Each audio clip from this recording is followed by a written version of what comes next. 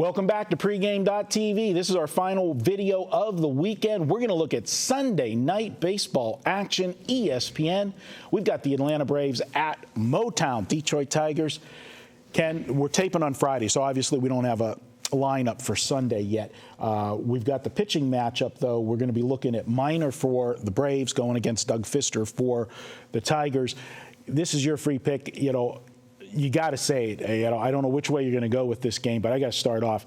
Anytime you're looking at this Detroit Tiger team right now and you're betting them, if you're betting the Tigers, I think personally, if you like the Tigers in the game, I would be betting the Tigers on the 5-inning line rather than betting them for the game, because it becomes Russian roulette whenever they get to the bullpen. I've just seen this bullpen implode so many times this year. We've got Jose Valverde up, and you got to close your eyes when he goes to the mound and they hand him the ball. I don't know about you, but what do you think of this game? No, you're right. He's back, and Rondon they brought back up from the minors. He went the 8th inning after Verlander came out with a thumb injury after 7 and quickly gave up that 1-run lead. So, yeah, the bullpen is an experience. I watched Phil Koch walk in a run, and they bring in the next guy. Phil Koch or Phil Choke? Yeah. Bring in the next guy. He comes in, I can't remember who, gives up a grand slam to Alex Gordon. You're right. If you play Detroit first 5, you're going to get, now you may have to lay a little juice when you're betting somebody like Verlander or Anibal Sanchez or even Doug Fister for that matter. But you're right. You probably have better odds to win that as opposed to relying on a sketchy bullpen, to say the least. No question. Now, go from one extreme to the other. The Atlanta Braves, this is a team that, in college football, you know how you say like certain universities produce linebackers or running backs or something.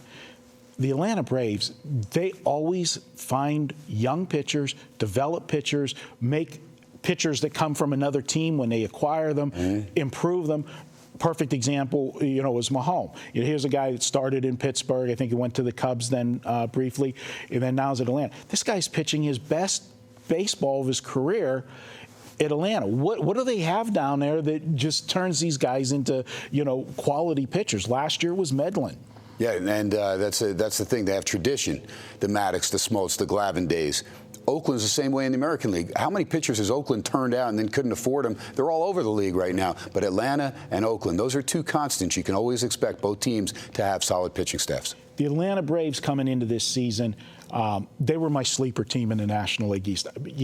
Not really a sleeper team because this is a team that made the playoffs last year. They went out in that one-game wild card thing. But I felt they were going to be undervalued simply because Washington was going to be overvalued. Very good call. Of what happened, last year, Washington getting to the playoffs, without Strasburg the last, couple weeks, and then in the playoffs and everything. So everybody automatically is penciling them in to, go to the World Series this year. Let's not forget this Atlanta Brave team. They kind of got screwed in that one-game playoff last year. This is a team that every time they go out there and you hand the pitcher a ball, you're going to be looking at a game where most of the time they're not going to give up 3 runs. You got to scratch and claw to win a game. So you're going to be in the games with the Braves. That's what I like about the Braves, and they're playing well. But I got to admit, I didn't expect them to get off to this good of a start. I don't even think they thought they'd get off to this type of start. Going into Washington, they stole a game, and that catapulted them to a sweep in that series. And Washington was off to that quick start, had a lot of home games. And, yes, because they had such a great run last year, they are the big favorites. Strasburg back, but who expects him to be 1-4 out of the gate? Yeah, and with guys in the lineup like Harper and stuff, they're struggling to score runs. You would expect this team to score some more runs, but they're scratching and clawing to get runs. Zimmerman out again. I mean, that guy's one of those injury-prone guys. Doesn't matter. Ryan Zimmerman, year in, year out, he goes down. Absolutely. Well, let's. This is your free pick. Let's make it official. Let's do that. And it is my free play. Sunday Night Baseball, the old bailout special on Sunday nights. I know a lot of folks will look forward to that, and hopefully I can come through for somebody that may be down on the ledger or a little cherry on top for those that are having a sharp week. Atlanta's a very solid road team, 9-4 on the road. Also, 9-3 against right-handed pitching. They'll get Doug Fister. Fister comes in with a 2-even ERA, 17 strikeouts, and 6 walks. He got a little sketchy in the game against Kansas City. He struggled, got bailed out with a double play. Detroit, though, on the other hand, just 1-3 in their first 4 games against left-handed pitching. Minor 3-1, a 1.80 ERA. How about 21 strikeouts, 3 walks, a whip under 1 walks and hits per innings pitch for you folks not understanding what whip is. Jason Hayward added to the lineup, and you would say, wow, that's a big blow to the middle of the lineup. But Hayward was only hitting 121, really struggling, had the appendectomy. He'll be back in about 2 weeks. But the other guys that are stepping up, well, you've got, of course, Jordan Schaefer and Chris Johnson. They've come off the bench, but you've got Gaddis, you've got Freddie Freeman back in the lineup, and, of course, Justin Upton has been a beast. If they can get BJ to get on base and be a catalyst instead of trying to knock the ball out of the ballpark like his brother, I think Atlanta will be just fine. I like the Braves in the game, even though BJ Upton and Dan Uggla are struggling. Boy, Dan Uggla, can the guy ever hit over the Mendoza line? I mean, he's at 185 this year. He was right around there the whole year last year until September, had a late surge to get around 215, 220. Detroit, their lineup's very good, no doubt. Torrey Hunter's loving life over at Comerica, and for the Tigers, hitting at 373. Melky starting up right where he left off, got the Triple Crown last year, 361 this year. He's a beast. Prince Fielder, 311. And then Peralta, 299. Ajax at 277. And Infante, 284. The only guy really struggling, Victor Martinez, down around 175. Hopefully he could pick it up.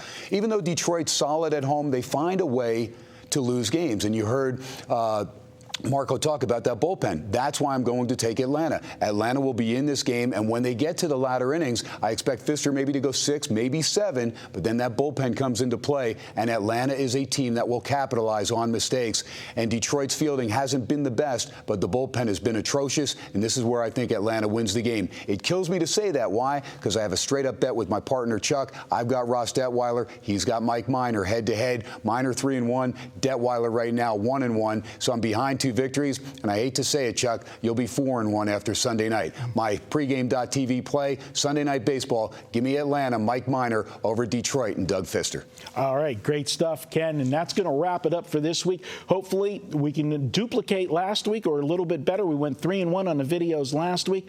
Let's try for the 4-0 sweep this week. Next week, we've got videos all week long. We're going to have an added bonus next week. We'll have our normal Tuesday videos from the crew, Fezzik, VR, and Brian Leonard. Ken and I will be back on Friday, but we're going to have a special edition Thursday. I'll be in studio with Dave Tooley from the Daily Racing Forum. Love Dave Tooley. Yeah, and we're going to be breaking down the Kentucky Derby, so we'll have videos on all the key horses in the Derby and tell you how we're looking at it. So stay tuned to that next week. All that here on pregame.tv. Have a great weekend, guys.